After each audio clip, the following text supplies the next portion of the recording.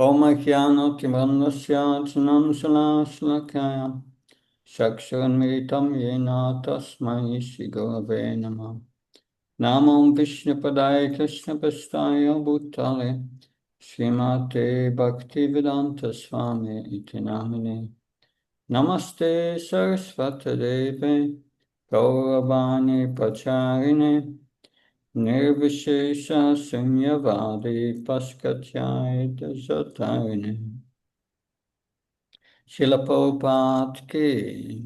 Yeah. So last week we started to discuss about Srila Prabhupada.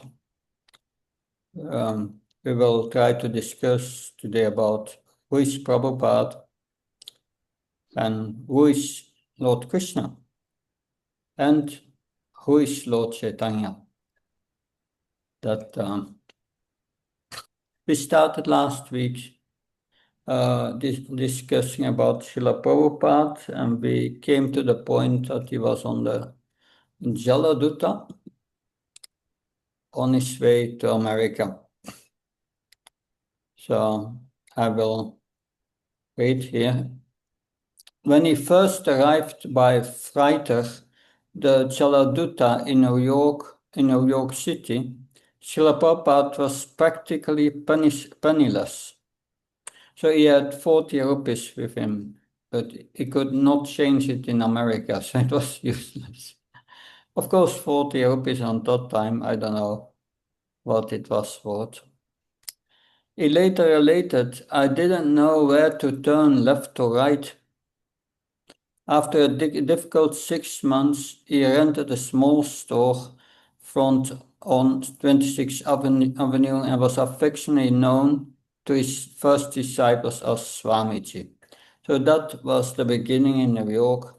But when Srila Prabhupada arrived in America, he had,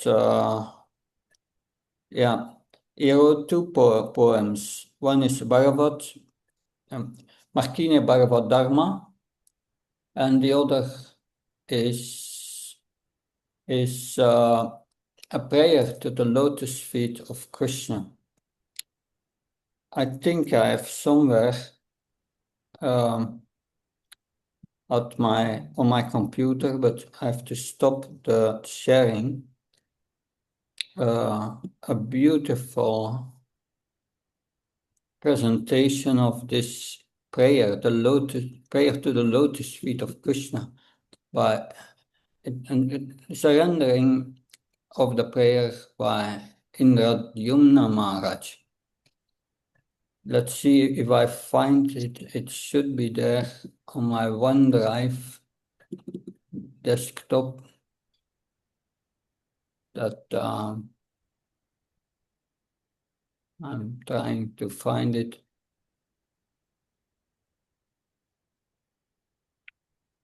No. It's very beautiful prayer to the lotus feet of Krishna.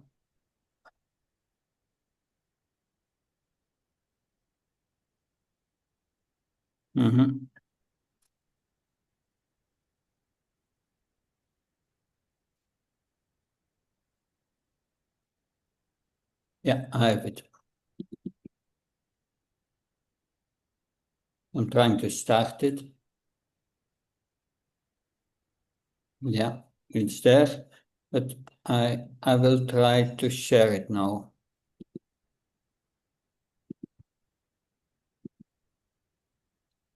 Here. Now it will work.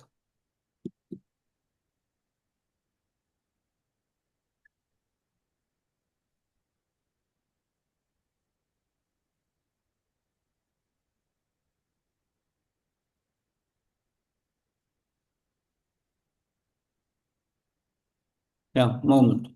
I know what's wrong. I have to put this off.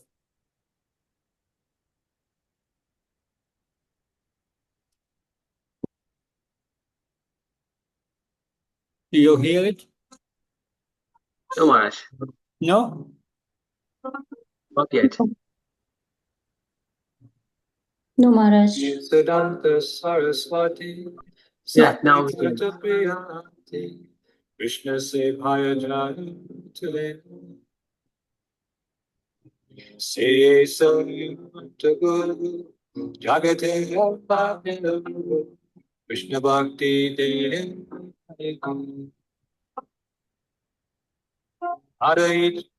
The pictures that you are seeing are pictures of Prabhupada which are not publicly released. They are unique. But I stopped it now, but you heard the sound? Yes, Maharaj. Okay. I tried to make it bigger, like this.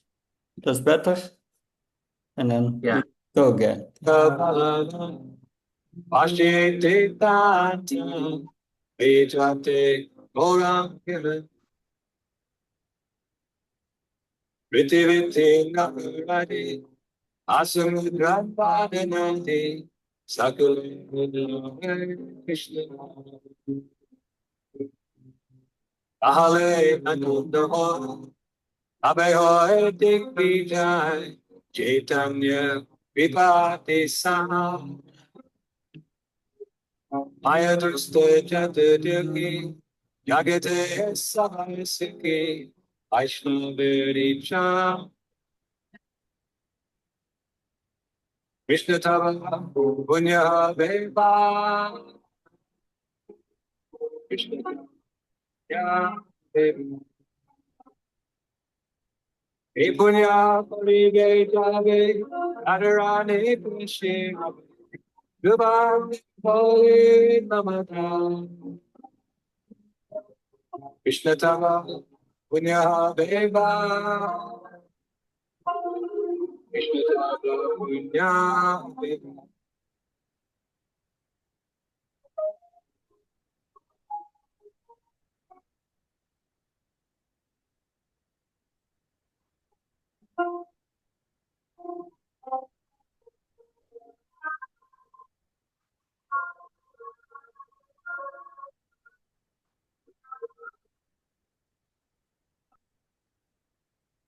Ekate de Hare Hare Ajajadi Tila Hare Yoginahi Ate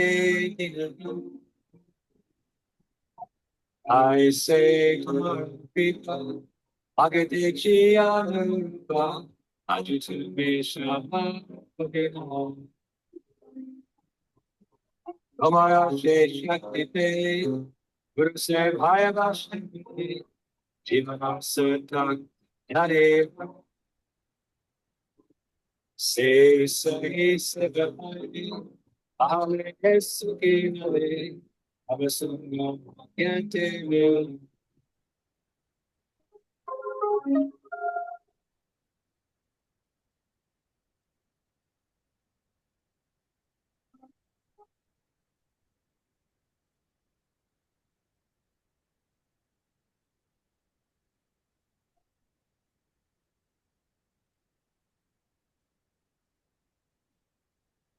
Evanjana Nipatikam Bhavani Kure Ama Vikam Manuya Kapitan Pasamba Vipakashachurashina Bhagavan Behi Soham Katam Vishite Tagarbhidya Seva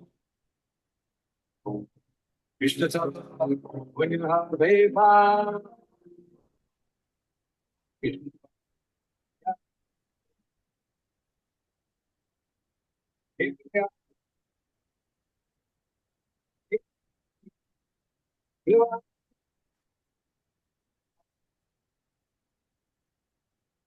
Tata when you have Veva Krishna Tata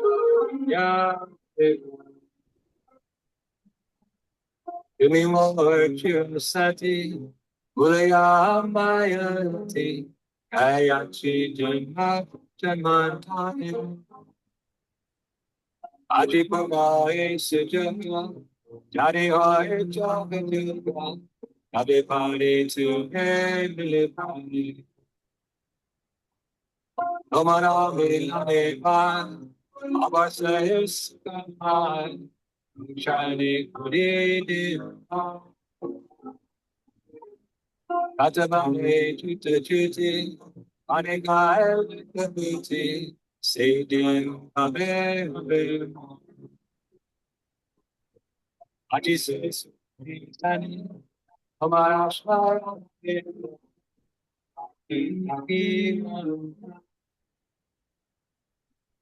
Amitoma, I glory and Nasha, to me,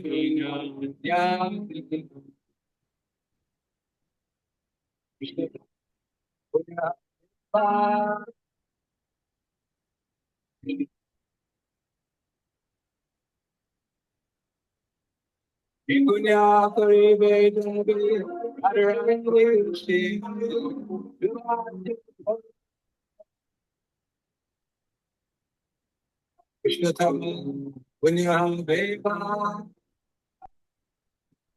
Krishna Tama.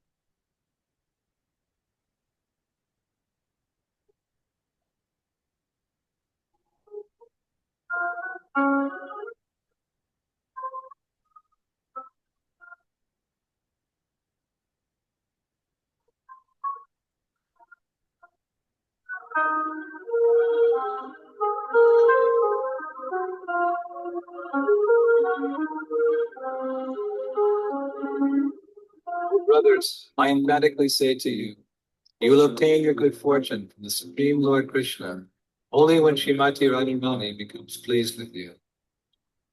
Shri Srimad Bhaktisiddhanta Saraswati Thakur was very dear to Lord Gauranga, the son of Mother Sachi, is unparalleled in his service to the Supreme Lord Shri Krishna. He is that great saintly spiritual master who bestows intense devotion to Krishna in different places throughout the world. By his strong desire, holy name of Lord Gauranga will spread throughout all the countries of the Western world. In all the cities, towns, and villages on the earth, from all the oceans, seas, rivers, and streams, everyone will chant holy name of Krishna. As the vast mercy of Shri Chaitanya Mahaprabhu conquers all directions, a flood of transcendental ecstasy will certainly cover the land. And all the sinful, miserable living entities become happy. The Vaishnava's desire is then fulfilled. Although my Guru Maharaj ordered me to accomplish this mission, I am not worthy or fit to do it. I am very fallen and insignificant. Therefore, O Lord, now I am begging for your mercy, so that I may become worthy, for you are the wisest and most experienced of all. If you bestow your power by serving the spiritual master, one attains the absolute truth. One's life becomes successful. If that service is obtained, then one becomes happy, gets your association due to good fortune. My dear Lord, O Supreme Personality of Godhead, because of my association with material desires one after another, I was gradually falling into a blind well full of snakes, following the general populace. But your servant, Narayana Muni, finally accepted me as his disciple and instructed me how to achieve this transcendental position. Therefore, my first duty is to serve him. How can I leave his service? Lord Krishna, you are my eternal companion. Forgetting you, I have suffered the kicks of Maya, birth after birth. If today the chance to meet you occurs again, then I will surely be able to rejoin you. Oh, dear friend, in your company, I will experience great joy once again. In the early morning, I will wander around the cavern pastures and caves, playing and frolicking in many forests of Raja. I will roll on the ground in spiritual ecstasy. When will that day be mine? Today that remembrance of you came to me in a very nice way. Because I have a longing, I call to you. I am your eternal servant. Therefore I desire your association so much. O Lord Krishna, except for you, no other means of success.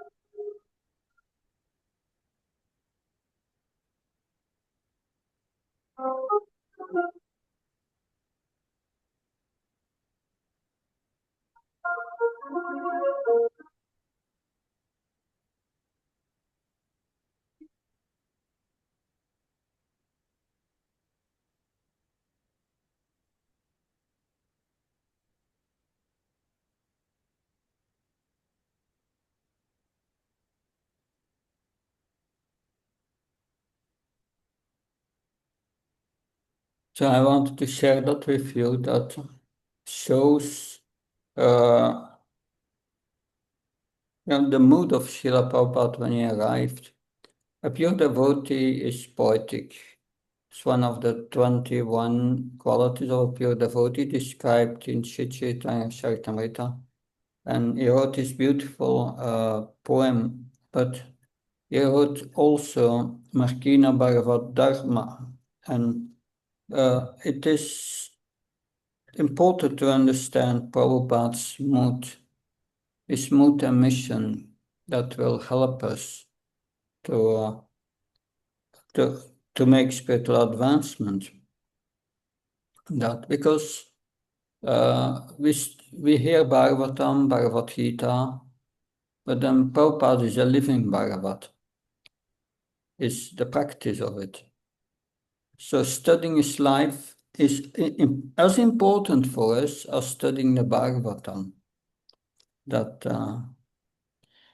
I just read a few excerpts that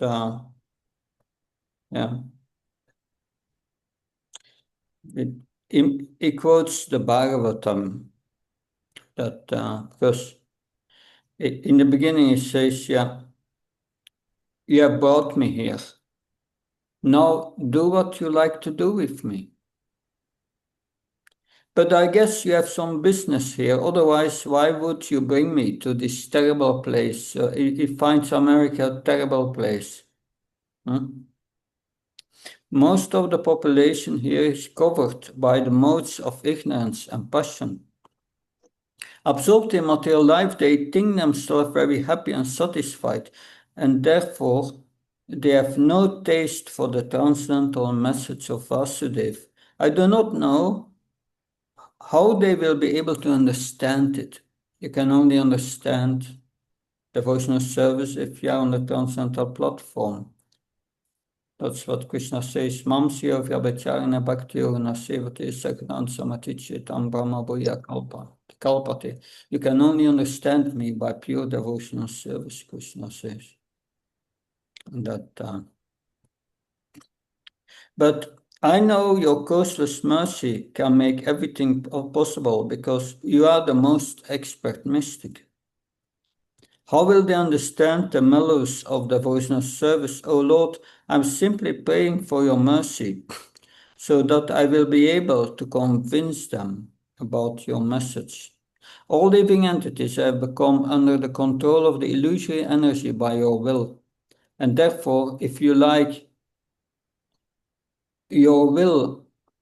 by your will, they can also be released from the clutches of illusion. So Prabhupada is praying for us here, for all of us, that I wish that you may deliver them, he says. Therefore, if you do so, desire their deliverance, then only will be able to understand your message. And then he quotes verses of the Bhagavatam that so it goes on. At the end, I'm reading. Prabhupada says, "O Lord, I'm just like a puppet in your hands. So if you have brought me here to dance, make me dance, O Lord. Make me dance as you like. I have no devotion, nor do I have any knowledge. but I have strong faith in the holy name of Krishna. I've been designated as Bhaktivedanta, and now, if you like, you can fulfill the real purpose of Bhaktivedanta. So that is Markina Bhagavat Dharma. He wrote this when he arrived in America on Commonwealth Pier, September 18, 1965. He arrived on September 17, 18. He wrote this. So Prabhupada, he acknowledged, yes, it's a very difficult mission. Because before his spiritual master, Bhaktisiddhanta Saraswati Maharaj, in 1933, sent his sannyas disciple, Bon Maharaj, to the United Kingdom, to England. But he could not make any disciples there. His mission was a failure. And Prabhupada was thinking, yeah, with me the same will happen there in America. He's praying to the Supreme Lord that Prabhupada said, I have no knowledge. They call me Bhaktivedanta, I have no knowledge. It's great humility born from transcendental realization that all knowledge we have, it's due to Krishna. We are just the instrument of Krishna. Now we are going back to where we came from. I wanted to show this video and these pictures which you otherwise would never have seen. But it shows the mood of the first days of Prabhupada in New York and in America. So it started in 26 2nd Avenue. I've been there. It's a small storefront. It's not a big thing. And there's a little, interior garden behind, and Prabhupada at his own apartment on the first floor door. It's still there, you can still see it. But at that time, this building was there. There was only one building. Now it's surrounded by big skyscrapers. So the first year was very difficult for Srila Prabhupada. But then, because the first 2 months he was in Butler, he was staying there at the house of an acquaintance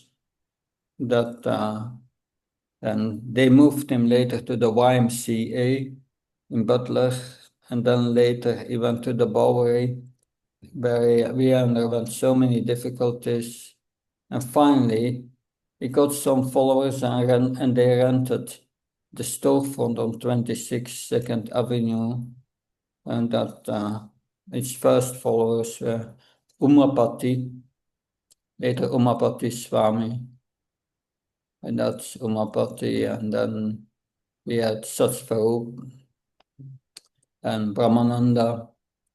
They were the first disciples in New York. That there were more but it showed, and then Prabhupada went to San Francisco, and they started a temple on the West Coast, and then a temple in Montreal in Canada, because Prabhupada had to go out of America because he could not prolong his visa. So he went to Canada, which is a Commonwealth country, and there, as Indian, he had easy access, and there he applied again for visa for the US. Anyway, from there on, it went to London. He sent disciples to London, Malati and Shyamasundar, Gaudas, Yamuna, and two others. They went all to London and met the Beatles there. And together with the Beatles, they produced a record. And from there, it went to Germany and gradually spread all over the world. But Prabhupada's greatest contribution are his books. That it said he wrote over 50 volumes of transcendental literature. From the original Sanskrit or Bengali text, he would write word-for-word translations and comments on text and the famous Bhaktivedanta purpose. Later in 1977, he instructed my spiritual master by his first meeting, because Prabhupada's books were translated from Bengali in English, and he asked Bhakti Maharaj to translate them back into Bengali, which he did. That was finished in 1996. All Prabhupada's books, all volumes of the Bhagavatam were done, including the 11th and the 12th canto. So it is said he went so many times, I think 14 times around the globe, that he was in Africa, in Japan, so many, in Mauritius, so many countries. And yes,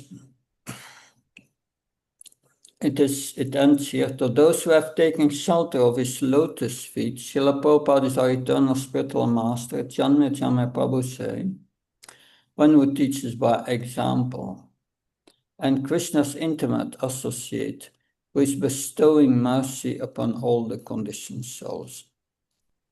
So, the ISKCON is a manifestation of Prabhupada's mercy. And Prabhupada is still preaching to ISKCON. ISKCON is his body. If we distribute his books and people read his books, Prabhupada is preaching to them. So therefore we have to keep his body very healthy. And it's important to understand that we try to please Lord Krishna, but to please Lord Krishna, we must please Srila Prabhupada. Without pleasing Prabhupada, we cannot please Krishna. Therefore, we have to follow his instructions. And he gave not only instructions from the scriptures, but also about ISKCON and how the institution should function. And he said, because one Swami wrote to Prabhupada, was a senior, not a Swami, it was a senior disciple. But he wrote to Prabhupada, I'm giving my life to you. And Prabhupada wrote back and said, I appreciate your sentiment, but your love for me will be shown on how you cooperate with each other. So Prabhupada said, let's see. If you surrender means you cooperate. If you don't cooperate, then where is your love? So that is about Prabhupada. Every ISKCON devotee has a personal relationship with Prabhupada through his books. And we should cultivate it and pray to Prabhupada every day. Every day we should have Prabhupada Guru Puja and never miss it. If you can't go to the temple, sing it yourself, but sing it. And pray to Prabhupada for his mercy every day. This Guru Vandana. It's important that because that is where the mercy comes from. And by Prabhupada's mercy, we can get to understand who Krishna is. Krishna can be understood only by devotional service. Bhakti amama bhajanti yavyasasmi tatvata tatamam tatvatoratva vijate tat anantaram. The Bhagavatam said, Krishna said, I can only be known by devotional service and not by any other means. But we are not yet on the platform of pure devotional service. We are on the platform of sadhana. Sadhana is a method to please the spiritual master. The sadhana itself, the chanting of the holy names, follower of the principle, will not give us love of Godhead. But we do it because we do it to please Prabhupada, to follow it. We will get Prabhupada's mercy. And then the potency of the holy name will be revealed to us. But it works to the spiritual master.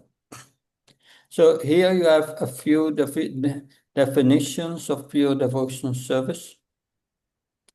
A few definitions of who Krishna is. Of course, the Krishna is revealing himself in Bhagavad Gita, but it's revealing himself to those who are able to understand it, who get the mercy. There are conditions in the beginning of the 4th chapter that Lord Krishna says, you will be able to understand this transcendental knowledge because you are my friend, you are my devotee, you are not envious of me. So you have to be a devotee to understand really who Krishna is. But we can understand the scriptures theoretically who Krishna is. But then to realize it, that comes to the practice of devotional service. So it said here, Krishna is God, the Supreme Personality of Godhead. He is original and primeval person who is simultaneously expanded everywhere throughout existence and yet is still situated in his eternal abode in his original transcendental form. He is all-powerful, all-knowing, and all-merciful being. He is the chief living entity amongst all living entities who are his parts. He is responsible for fulfilling all the desires of the subordinate living entities since time immemorial. So Krishna is not a living entity. He is a Supreme Lord. And is different from us. He's a person, a transcendental person who is always in his abode in the transcendental realm of Goloka Vrindavan. At the same time, he is present in every atom. And Krishna says in Bhagavad Gita 9.495 that so this is for us illogical. A person cannot be on one place and then and at the same time in another place. That's not possible. That means Krishna is not Krishna is not under our mundane logic. He's translogical. He made the laws in the material world and they are not applicable for him. So that's the meaning of unlimited. He's a transcendental person. He has no material body like we. And he's all prevailing at the same time. So Krishna is the original name of God. Krishna has many other names to the country, cultural language of different peoples. To the Jews is Yahweh, to the Christians is Jehovah, to to the Muslims is Allah, to all is God, the Supreme Being. So there's only one God, one Supreme Being. And that is mentioned here. And that is also what the Vedas say. All the Vedic hymns are there to please and glorify Vishnu or Krishna. The same.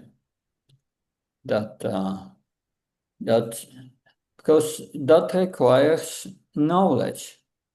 People think Hinduism many gods, but no, that it requires more detailed knowledge. What is Vishnu Tattva? What is Shiva Tattva? Vishnu Tattva means Krishna and all his expansions. But Krishna is the original. And the living entities are also separate spiritual sparks of Krishna. That's explained in 15.7. Mamavam Shoshiveluku Shiva Bhuta Sanatam. We are part and parcels of Krishna. So there are different ideas about the absolute truth. Some think that God is Brahman, a formless, eternal manifestation of spiritual energy. They say everything is one, and God is therefore everything, and everything is therefore God. Devotees of the Lord, called Vaishnavas, accept that God is not only the Brahman, but a person. We do not say that Krishna is a person like you or me. On the contrary, he is the supreme person, who is all-powerful, unlimited, whereas we living entities are in every way limited. Krishna is the infinite source of all living beings, and we are his eternal, infinitesimal parts and parcels. So, yes, in other words, this is mentioned in the Bhagavatam, Vedanta tat vavitas tatvam jnanam advayam pramati Brahman Paramatmeti Prameti Paramatmeti Bhagavan iti sapyate. The learned sages have concluded that the absolute truth has three aspects: Brahman, Paramatma, and Bhagavan. These are the three. And Bhagavan is a supreme person.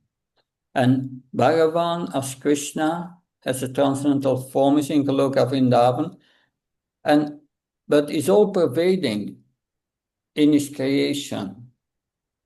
That material and spiritual worlds is in every atom. So everything is also Krishna. Krishna is a person, but he's everything at the same time. And he's present everywhere, in every atom. And he's present as Brahman. And his energy is called Brahman. But is present everywhere is Paramatma. So in Bhagavad Gita gives a definition of God. Am sarvasya prabhu mata sarvam pravarteti matva bhajanti mam buddhavav samamvita. I'm the source of all spiritual and material worlds. Everything emanates from me. The wise will know this perfectly, engage in my devotion service, and worship me with all their hearts. So that's like a definition of God. He's the source of all material and spiritual worlds. So Krishna possesses all good qualities. He is Bhagavan. He possesses all opulent qualities in the infinite degree. He is the most beautiful personality. So it is described in the Vedas, Krishna has 64 qualities. And from the 64, Lord Vishnu has 60 qualities, Lord Shiva has 55 qualities, and the living entities have 50 qualities of the 64. And of these 50 qualities, Brahma has its the creator, secondary creator, has these qualities in the highest level, and the demigods to a lower level, and the human beings to a minimum level. So yes. So Krishna has all good qualities. Is Bhagavan. He possesses all opulent qualities in the infinite degree. He is the most beautiful personality. Since he is the supreme, he has the supreme form and personality. No one is more beautiful or attractive than Krishna. Krishna attracts everyone. He is therefore called Krishna, the all-attractive. Except for the liberated souls, everyone in the material world is attracted by Cupid. But Krishna is so attractive that he not only attracts the liberated souls, but he attracts Cupid as well. Krishna is the strongest personality. By his desire alone, all the universes are created and destroyed by one portion of his personal form. He can do anything and everything he likes. Krishna is also the wealthiest person, since all wealth in all worlds everywhere come from him. Everything animate and inanimate within the creation is owned and controlled by the Lord. He is the actual provider of everything. One who knows this perfectly well never claims anything his own and uses everything in the service of the Lord. So if we know who Krishna is, then we understand we are a servant, and we understand nothing belongs to us, it belongs to Krishna. And therefore we should use everything in the service of the Lord. Therefore, a devotee is, as mentioned in Bhagavad Gita 3:30, there it's mentioned how to act as a spirit soul. Acting as a spirit soul means nirasir, nirmamo. Nirasir means one thinks himself not the enjoyer. The enjoyer is Krishna. And one acts for the enjoyment of Krishna. And nirmamo means one thinks never that belongs to me, no sense of possessiveness. And that is acting as a spirit soul. But to act as a spirit soul, you must know first who Krishna is. And that is shown here. And then we can know ourselves. So Krishna is the most learned personality, for he possesses all knowledge. That's explained further in Sakshidananda. He's full of knowledge. And as he describes in Bhagavad Gita 7:26, O Arjuna, as the Supreme Personality of Godhead, I know everything that has happened in the past and all this happening in the present and all things that are yet to come. I also know all living entities, but me no one knows. So Krishna explains it, but Krishna also in the 4th chapter says to Arjuna, Arjuna, you are forgetting your past life. And because you are changing bodies. I'm not changing bodies, therefore I don't forget my previous life. That's what Krishna says. There is nothing in existence outside Krishna, since everything is the energy of Krishna. So that's an important principle. Krishna cannot possess anything because he is everything. That's not easy to understand. That's transcendental knowledge. It's translogical also. That it's not to be understood by our brains. It should be understood. Devotional service is understood through the soul, through the heart. And Krishna gives us the realization through the heart. There is nothing he cannot know at any time. Is existing within the hearts of all living entities as a super soul, and therefore he knows everything which they do or desire. So no one is more famous than God. So Bhagavan, God is called Bhagavan, one who possesses all opulences. And one of the opulences is that he is the most famous. He's the most richest, he has the most knowledge, he's the most renowned, and so on. So some know about him by worshipping him in love and service. So that's the way to know Krishna. Performing devotional service connects us with Krishna. And through that connection, we get to know Krishna. And some know him by negating his existence, the atheists. But everyone knows about God.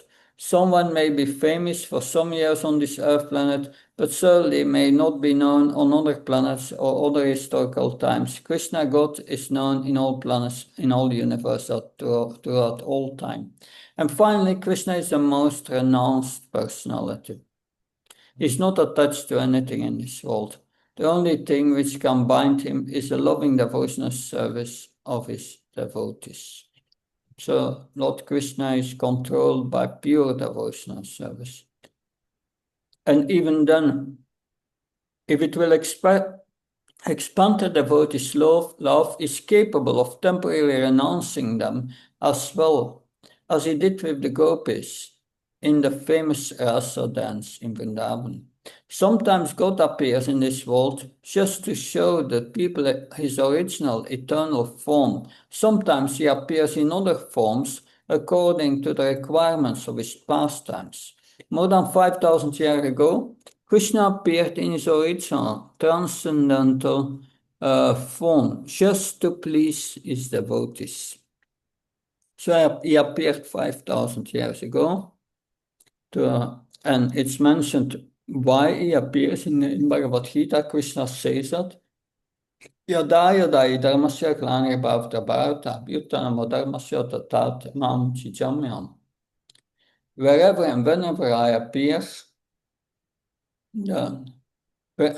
I appear when there's a decline in religious principles, in Krishna consciousness. That Paitranaya sadnam vinasaya saduskadam samstam darpartanayaya sambhavani yuge yuge. That I'm appearing to kill the demons, to protect the devotees, and to re-establish these principles of the religion, yuga after yuga. So he comes regularly. Every day of Brahma, he comes, Krishna says, in a regular schedule. So during this time on earth, the Lord spoke Bhagavad Gita, which is one of the famous books on this planet. In this literature, he gives the practical method to attain devotional service to his lotus feet. That's the purpose of Bhagavad Gita, to explain devotional service. So the perfection of life is to attain pure, loving devotional service to the Lord. That is the real goal of all living entities. When one becomes perfected after a life of pure service, and often attained after many, many, many births and deaths, endeavoring to attain real knowledge, one becomes eligible to go back to the spiritual world, the eternal abode of the Lord, which is far beyond the material realm of birth, death, old age, and disease. And then it ends with this verse of Bhagavad, of the Brahma Samhita, Ishvara Parama Krishna Sakshinanda Viharanadhirada Govinda Sarvakarana Karanam.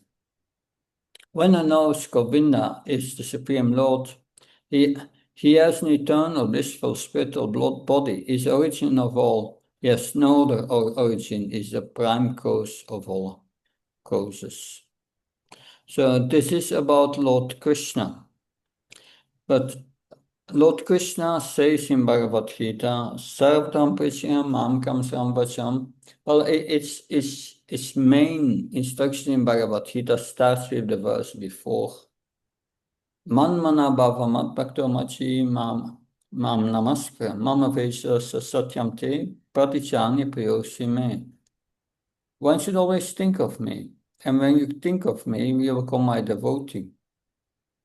And when you become my devotee, you worship me and offer me respect.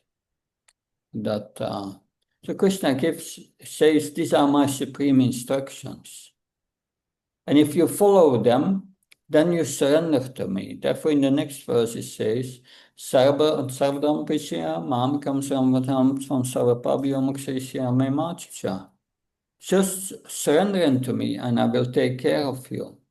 But Krishna knew also that in this age, Kali Yuga, people will be very degraded and nobody is inclined to surrender. Therefore, he planned to come back, and he came back to teach us the suitable method to come to that point. Man madam mat bhakto machi imam namaskar. Always think of Krishna. He came as Lord Chaitanya. He came as Lord Chaitanya more than 500 years ago. That in 1486 he appeared. That it is so. That is 86, 14, 29, 529 years ago that he appeared. Yes, that he appeared as Bhakta Rupa in the form of his own in the form of his own devotee. Is predicted in the Bhagavatam and other scriptures, in many texts. And that's in the 9th, I think it's 7-9-38. There, Prahlad Maharaj says that, praise the Lord Nrsimhadev, and he said, you appear in 3 yugas, in Satya Yuga, in Treta Yuga, in Dwapara Yuga, but you appear also in Kali Yuga, but as Chana avatar, not openly as the Supreme Personality of Godhead. You appear as Bhakta Rupa in your own, as your own devotee. Also in the 11th canto, chapter 5, that it's mentioned. A verse describes Lord Chaitanya as the avatar, as Krishna who appears in Kali Yuga. That he appears in Kali Yuga. Tvisha Krishna, I forgot the verse, but it's the one who always chants holy names. He comes to spread the holy name, and he appears as his own devotee, together with his associates. So that's also a famous verse. There are other verses. But in Chaitanya Charitamrita, which is the main biography of Lord Chaitanya, there are 11 biographies. But Lord Chaitanya's the biography which is the most famous, the biography on the most complete, and the last one compiled, that is Sri Chaitanya Charitamrita from Sri Krishna Das Goswami, Krishna Das Kaviraj Goswami. That's the most complete biography of life of Lord Chaitanya. And there is explained that Lord Chaitanya has external reasons and internal or confidential reasons why he appeared. External reason is to establish the Yuga Dharma, the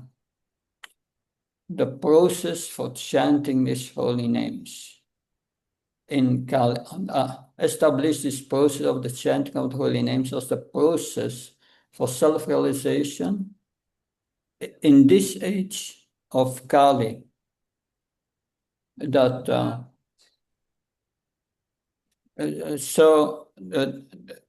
is the process.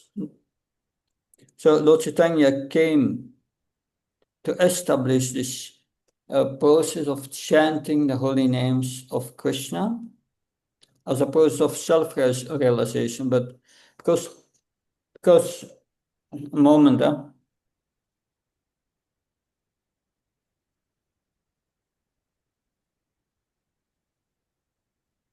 because someone has left his phone here. Okay, it stopped. So the external reason to understand that we have to go to Bhagavad Gita. In the 6th chapter of Bhagavad Gita, Krishna, Arjuna says to Krishna, you want me to control this mind, but it's not possible. It's like trying to control the wind. But Krishna replies, yes, you can control it. Well, controlling the mind means fixing the mind on Krishna. You can control the mind by detachment and suitable practice, Krishna says. It says suitable practice. So there's a suitable practice for every age. The suitable practice for Satya Yuga was meditation, because everyone was in the mode of goodness. Everyone could directly meditate, pure minds. In Treta Yuga, this purity was gone, and therefore the quality of people diminished, and the process for Treta Yuga was sacrifices, performing fire yajnas. And then later in Dvapara Yuga, there were no qualified Brahmins anymore for these sacrifices, for the Vedic sacrifices, because you had to pronounce it very purely, that to have the right effect in the yajnas. So the process for Dvapara Yuga became deity worship. But even in this age of Kali Yuga, no one is qualified as a Brahmin, cannot even perform proper deity worship. So therefore, we are all in Kali Yuga, Sutra Sambhava, we are born in ignorance, and we have lower qualities. We cannot perform all this. And therefore, Lord Chaitanya came to give us the holy name as the easy process to chanting the holy names. But he came himself to show how to live as a devotee, how to practice as a devotee, how to perform it, the lifestyle and so on. So he came himself. That's an external reason. But the internal reasons, they are confidential. And it's mentioned in Chaitanya Charitamrita because Krishna was thinking, because in the spiritual world, you have Krishna and his energies. Krishna as a person has his energies. So Krishna is energetic, and he has his energies, his shaktis. And these energies are represented by Radharani. And Krishna is the source of everything. And Radharani presents especially Ladini Shakti, with the energy of devotion, love, transcendental love. And Krishna saw that Srimati Radharani is so attracted to me. How is it? What is it in me that attracts her? And she feels great transcendental pleasure. It seems she's more enjoying than me. I want to experience that transcendental pleasure. And therefore, Krishna decided, I will appear as Lord Chaitanya. Lord Chaitanya is in the mood of Srimati Radharani. So this is one of the definitions of Lord Chaitanya. Shri Krishna Chaitanya, Radhe Krishna Angre. Lord Chaitanya is Radha and Krishna together in one person. It's Krishna, but in the mood of Srimad Radharani. Lord Chaitanya is not an incarnation. It is Krishna himself. Krishna is his incarnation, his expansions. But it's not an incarnation, it's Krishna himself who comes. We should not make that mistake. It's not an incarnation. It's Krishna himself who comes to experience the mood of Srimad Radharani. And we will see in Chaitanya Charitamrita, especially in the Antya Lila section, Lord Chaitanya is going in love for Krishna in the greatest ecstasy and displays his symptoms not possible for a human being to display these ecstatic symptoms. So it's important that, especially as beginning devotees, that we know about Lord Chaitanya. And in the beginning, we cannot read Chaitanya Charitamrita. It's too advanced for us to read that in the beginning. But in the beginning, we should read the summary written by Prabhupada. And this summary is called Teachings of Lord Chaitanya. So everyone should read that book, Teachings of Lord Chaitanya. So Lord Chaitanya, about his life and so on, we will start discussing next week. But I have given an introduction. It's important to know who Lord Chaitanya is, because we need the mercy of Prabhupada and Lord Chaitanya to make spiritual advancement in this age. It's so important, both, because Lord Chaitanya came as his own devotee with his associates and to teach us love of God, how to attain it in this age. And we are in the line of Lord Chaitanya. We are very fortunate. We have Krishna twice in our parampara, disciplic succession, which we also will discuss next week. Our disciplic succession starts with Brahma, starts with Krishna, and then Krishna gave the knowledge to Brahma. Brahma gave it to Narada, Narada gave it to Vyasadeva, so it came down to Madhavendra, to Ishvara Puri, Madhavendra Puri, and then finally Lord Chaitanya. And Lord Chaitanya, and then it comes further down to the 6 Goswamis, and then the second generation afterwards, that Narottam Das Thakur, Srinivas, and Srila Vishwanath Chakravarti Thakur, then Charana Das Babaji, that Bhaktivinoda Thakur, Bhaktisiddhanta Saraswati Maharaj, Srila Prabhupada, and so it comes to us. That we will also discuss next week, these two principles. We will discuss next week the life of Lord Chaitanya and the importance of the Guru Parampara. Thank you very much. Any question?